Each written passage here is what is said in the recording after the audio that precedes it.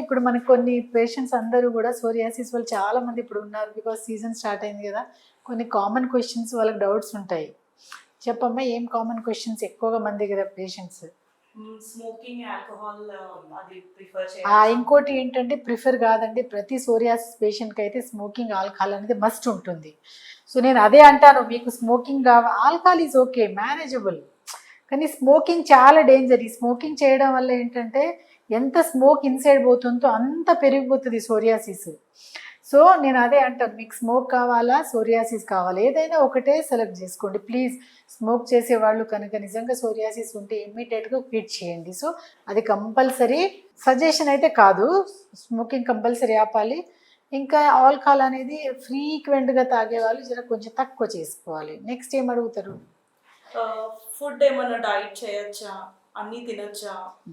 అన్నీ తినొచ్చండి. ఇప్పుడు కొన్ని డిపార్ట్మెంట్ అంటే నేను చెప్పను, వాళ్ళందరూ ఇది మానేయాలి అది మానేయాలి అంటారు. But psoriasis purely auto immune disease కాబట్టి మనం ఎంతగా హెల్తీగా డైట్ తీసుకుంటే అంత ఇమ్యూన్ సిస్టమ్ బాగుంటుంది. కాబట్టి ఏది అవాయిడ్ చేయకూడదు, బట్ అవాయిడ్ చేయాల్సినవి కొన్ని ఉంటాయి. అవి junk foods, out side food, fries, unhealthy diet కొంచెం అవాయిడ్ చేస్తే బాగుంటుంది తప్ప మనం తినే ఇంట్లో ఫుడ్ ఏది అవాయిడ్ చేయడానికి లేదు. చికెన్ తినండి, మటన్ తినండి, ఆల్ నాన్ వెజ్ తినండి, అండ్ వెజిటేబుల్స్ కూడా తినండి. ఇంకా డాక్టర్, ఇప్పుడు ఇది రైనీ సీజన్ కదా, హాట్ వాటర్ ప్రిఫర్ చేయొచ్చా స్నానానికి? సో డెఫినెట్గా హాట్ వాటర్ అంటే మరి కాలిపోయే వాటర్ కాదు, మేనేజబుల్గా కొంచెం వామ్ వాటర్తో చేస్తే ఏమీ కాదు, ఓకేనా. అండ్ చేసిన తర్వాత మంచి మాయిశ్చరైజర్ కంపల్సరీ కావాలి. ఇప్పుడు విజయ్ గారికి చూడండి, ఇక్కడ ఉంది సోరియాసిస్, ఇక్కడ ఉంది, మరి ఇక్కడ లేదు కదా. ఇక్కడ మళ్ళీ రావడానికి అంటే రావద్దు అనడానికి ప్రివెన్షన్ ట్రీట్మెంట్ లేదు. ఇక్కడ వద్దు అనుకుంటే వాళ్ళ చేసుకోవాలి, ప్లస్ ఇక్కడ ప్రాపర్ మాయిశ్చరైజర్ పెడితే ఇక్కడ రాదు. ఓకే, సో మాయిశ్చరైజర్ అనేది చాలా ఇంపార్టెంట్. స్కిన్ డ్రైనెస్ని అవాయిడ్ కంపల్సరీ మనం చేయాలి, లేదు అంటే హోల్ బాడీ పెరిగిపోతుంది. నెక్స్ట్ క్వశ్చన్స్ ఇంకేముంటాయి? అవుట్ఫిట్ కొంచెం టైట్గా ఏమైనా ప్రిఫర్ చేయొచ్చు అంటారా? అంటే ఇప్పుడు ఆఫీస్కి వెళ్ళేటప్పుడు రెగ్యులర్గా జీన్స్ కానీ అలా ప్రిఫర్ చేస్తాం కదా, టైట్ ఫిట్.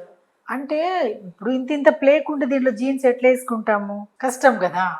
ఎందుకంటే జీన్స్ వేసుకొని అంత స్కిన్ టైట్ అయిపోయి రాలుతూనే ఉంటుంది పొట్టు. కొంత నడుస్తుంటే కూడా పొట్టు రాలుతుంది. కంఫర్టబుల్ ట్రౌజర్ వేయాలి, ఓకేనా. సో చాలా ఇంపార్టెంట్. ప్లస్ దయచేసి నా దగ్గర వచ్చే పేషెంట్స్ నాట్ ఓన్లీ బాడీ, ప్రతి హెయిర్ లాస్ పేషెంట్కి మ్యాక్సిమం సోరియాసిస్ ఉంటుంది. మీరు దీన్ని లైట్ తీసుకోకూడదు, బికాజ్ సోరియాసిస్ అనేది స్కిన్కి వస్తుంది, అండ్ స్కాల్ప్ స్కిన్ వస్తుంది, హెయిర్ లాస్ అవుతుంది, ప్లస్ బోన్స్ కూడా వస్తుంది. దాన్ని సోరియాటిక్ ఆర్థరైటిస్ అంటారు. ఒక్కసారి బోన్స్కి వస్తే మాత్రం లైఫ్ లాంగ్ పెయిన్ కిల్లర్స్ వాడాలి. మీకు కూడా అంటున్నా విజయ్ గారు, మీరేదో స్కిన్ వచ్చింది కదా ట్రీట్మెంట్ తీసుకుంటా పోతుంది అనకూడదు. మీ బాడీలో ఉంది ఇది, మీ బ్లడ్లో. సో నెక్స్ట్ లెవెల్ నెయిల్స్కి వస్తుంది, బోన్స్కి వస్తుంది. ఒకసారి బోన్స్కి వస్తే అది సోరియాటిక్ ఆర్థరైటిస్ అంటాము. అది కూడా క్యూరబుల్ కాదు, లైఫ్ లాంగ్ మనము పెయిన్ కిల్లర్స్ వేస్తారు. కాబట్టి ప్రతి సోరియాసిస్ కొంచెం ప్యాచ్ ఉన్నా కూడా నెగ్లెక్ట్ చేయకూడదు. ఇంకా ప్రాపర్గా ఆన్ టైం ట్రీట్మెంట్ తీసుకోండి, ఓకేనా. Thank you so much Vijay garu for your time. Okay, thank you so much.